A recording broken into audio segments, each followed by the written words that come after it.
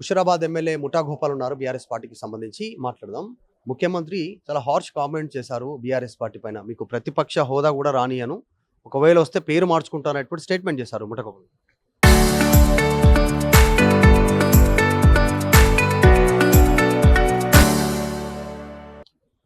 ఈరోజు యావత్ భారతదేశంలో కేసీఆర్కున్న పేరు దేశంలో రాష్ట్రంలో ఏ ముఖ్యమంత్రికి లేదు.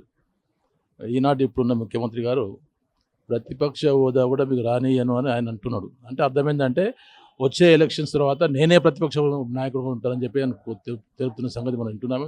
ఎందుకంటే ఆయన బాగా అర్థమైపోయింది, ఎటు చూసిన ప్రజలు పూర్తిగా కేసీఆర్ గారి నాయకత్వాన్ని కోరుకుంటున్నారు. గ్యారంటీకి కేసీఆర్ గారు వస్తారన్న సంగతి రేవంత్ రెడ్డి గారికి తెలిసిపోయింది. కాబట్టి ఆయననే ఆ ప్రతిపక్ష హోదాలో నేనే ఉంటానన్న సంగతి క్లియర్గా చెప్పగానే చెప్తున్న సంగతి తెలియపరుస్తుంది. డెఫినెట్గా ఆర్టీసీ సమ్మె జరుగుతుంది, రెండవ రోజు ఈరోజు. ప్రభుత్వమే వాళ్ళ డిమాండ్స్ ఒప్పుకొని అంటుంది.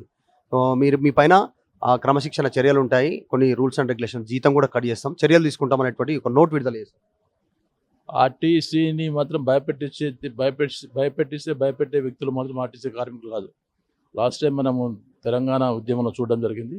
వాళ్ళు ఏ విధంగా ఉద్యమించారో, వాళ్ళు అనుకుంటే ఏదంటే సాధించగల కెపాసిటీ ఆర్టీసీ కార్మికుల్లో ఉంది. వాళ్ళని న్యాయమైన కోరికలే కోరుతున్నారు. కాబట్టి ఆ న్యాయమైన కోరికలు గ్యారంటీ వాళ్ళకి ఇచ్చే ఏర్పాటు ప్రభుత్వం చేయాలని కోరుకుంటున్నారు. నిన్న సభ జరిగింది జగిత్యాలకు సభకు సంబంధించి కొన్ని కామెంట్స్ వస్తా ఉన్నాయి బీఆర్ఎస్ పార్టీ నుంచి కానీ, కవిత నుంచి కానీ. వాటిపైన ఎట్లా రెస్పాండ్? అర్థం కాదు నాకు. కాంగ్రెస్ వాళ్ళు జీవన్ రెడ్డి జాయినింగ్ పైన తీవ్రమైనటువంటి విమర్శలు చేశారు. ముఖ్యమంత్రి కానీ, పీసీసీ కానీ, మంత్రులు కానీ. ఆయన జాయినింగ్ సంబంధించి ఆయన కేసీఆర్ దగ్గర జాయిన్ కావడం అనేది మోసము, కేసీఆర్ దగ్గరికి ఎట్లా పోతాం అనేటువంటి స్టేట్మెంట్. కాంగ్రెస్ పార్టీలో నుండి జీవన్ రెడ్డి గారు బీఆర్ఎస్ పార్టీకి వచ్చిందంటే జీవన్ రెడ్డి చిన్నపిల్లాడు కాదు, ఎంతో రాజకీయ అనుభవం ఉన్న వ్యక్తి. ఈనాడు బీఆర్ఎస్ పార్టీ చేసిన పాలసీస్ను నచ్చి మెచ్చి ఆయన కాంగ్రెస్ పార్టీకి రిజైన్ చేసి వచ్చి మరి బీఆర్ఎస్ పార్టీ చేయడం జరిగింది.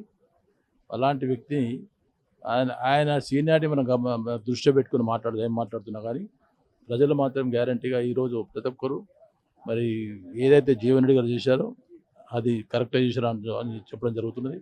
మరి చాలామంది నాయకులు చాలామంది చూసినాము.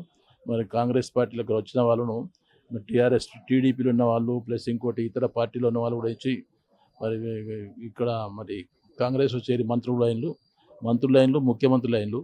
మరి అలాంటి వ్యక్తులు మరి జీవన్ రెడ్డి గారిని విమర్శించడం మంచి తగదని చెప్పి తెలియపరుస్తున్నాను. కాళేశ్వరం పైన హైకోర్టు తీర్పు, కాళేశ్వరం కమిషన్ పైన తర్వాత ఈరోజు కేబినెట్ సమావేశం ఉంది, చర్చించే అవకాశం ఉంది అంటూ నేను చెప్తాను. కాళేశ్వరం పైన హైకోర్టు ఇచ్చిన తీర్పు కరెక్ట్ తీర్పు ఇవ్వడం జరిగింది. నిజానికి ఆ తీర్పు కాంగ్రెస్ పార్టీకి ప్రభుత్వానికి చెంపపెట్టిన సంగతి తెలియపరుస్తున్నాను. కాంగ్రెస్ పార్టీ ఏదైతే మరి ఈనాడు హైకోర్టు తీర్పు ఇచ్చిందో ఆ తీర్పు మరి వాళ్ళు అన్ని గమనించి తీర్పు ఇచ్చారు. కాబట్టి అది మంచి తీర్పును వాళ్ళు ఇచ్చారు.